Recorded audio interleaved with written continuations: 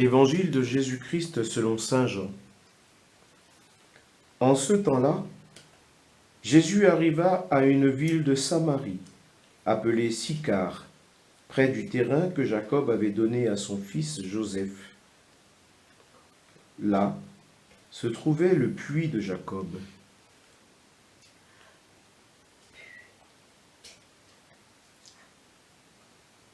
Jésus, fatigué par la route, s'était donc assis près de la source.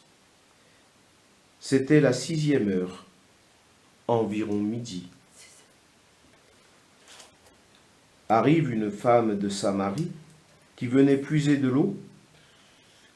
Jésus lui dit : « Donne-moi à boire. » En effet, ses disciples étaient partis à la ville pour acheter des provisions. La Samaritaine lui dit : « Comment ?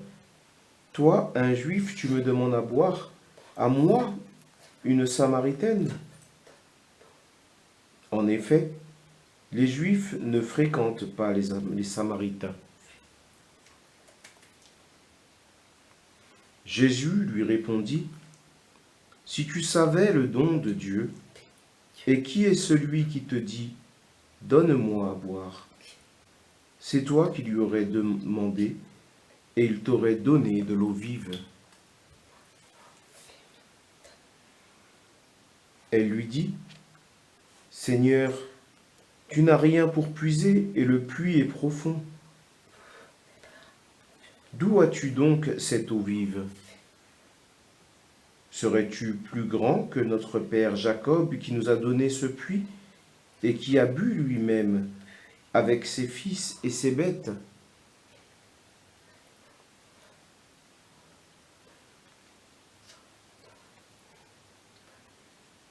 Jésus lui répondit : « Quiconque boit de cette eau aura de nouveau soif.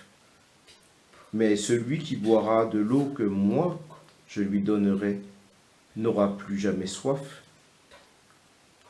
Et l'eau que je lui donnerai deviendra en lui une source d'eau jaillissante pour la vie éternelle. »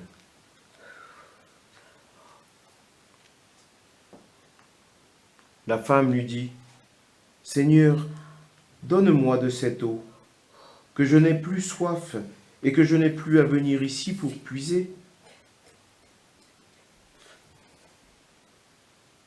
Jésus lui dit : « Va, appelle ton mari et reviens. » La femme répliqua : « Je n'ai pas de mari. » Jésus reprit : « Tu as raison de dire que tu n'as pas de mari. Des maris, tu en as eu 5, et celui que tu as maintenant n'est pas ton mari. Là, tu dis vrai. »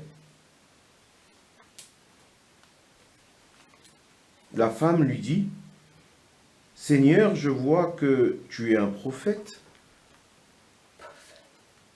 Eh bien, nos pères ont adoré sur la montagne qui est là. Et vous, les Juifs, vous dites que le lieu où il faut adorer est à Jérusalem. »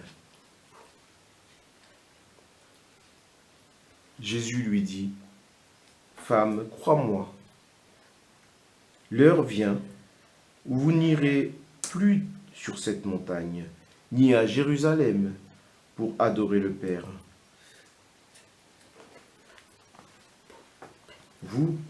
Vous adorez ce que vous ne connaissez pas. Nous adorons ce que nous connaissons, car le salut vient des Juifs. Mais l'heure vient, et c'est maintenant, où les vrais adorateurs adoreront le Père en esprit et vérité. Tels sont les adorateurs que cherche le Père. Dieu est esprit, et ceux qui l'adorent, c'est en esprit et vérité qu'ils doivent l'adorer. » La femme lui dit : « Je sais qu'il vient, le Messie, celui qu'on appelle Christ. Quand il viendra, c'est lui qui nous fera connaître toutes ces choses. » Jésus lui dit, « Je le suis, moi qui te parle. » À ce moment-là, ses disciples arrivèrent.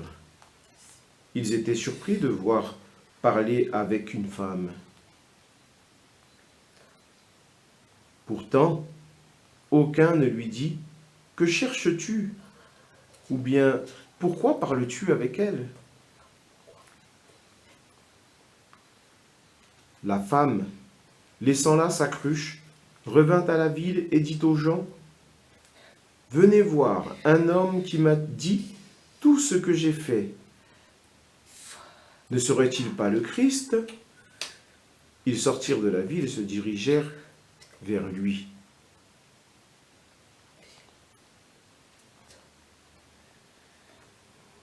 Entre-temps, les disciples l'appelaient. « Rabbi, viens manger. » Mais il répondit, « Pour moi, j'ai de quoi manger. C'est une nourriture que vous ne connaissez pas. » Les disciples se disaient entre eux, « Quelqu'un lui aurait-il apporté à manger ?»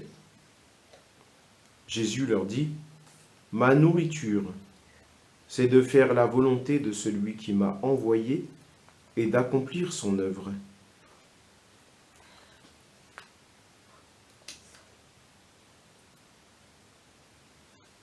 Ne dites-vous pas, « Encore 4 mois et ce sera la moisson ?» Et moi, je vous dis, levez les yeux et regardez les champs déjà dorés pour la moisson.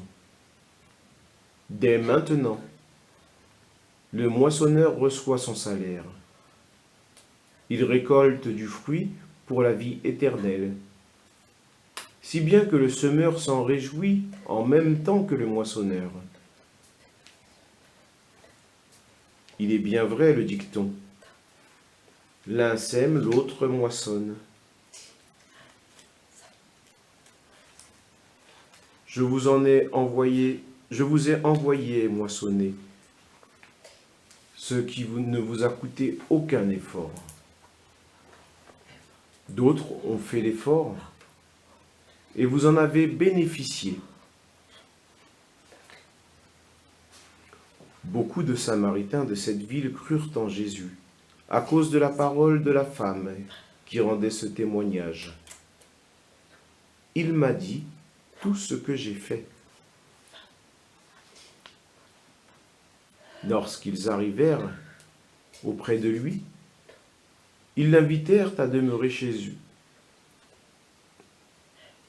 Il y demeura 2 jours. Ils furent encore beaucoup plus nombreux à croire à cause de sa parole à lui. Et il disait à la femme, « Ce n'est plus à cause de ce que tu nous as dit que nous croyons. Nous-mêmes, nous l'avons entendu, et nous savons que c'est vraiment lui, le Sauveur du monde. »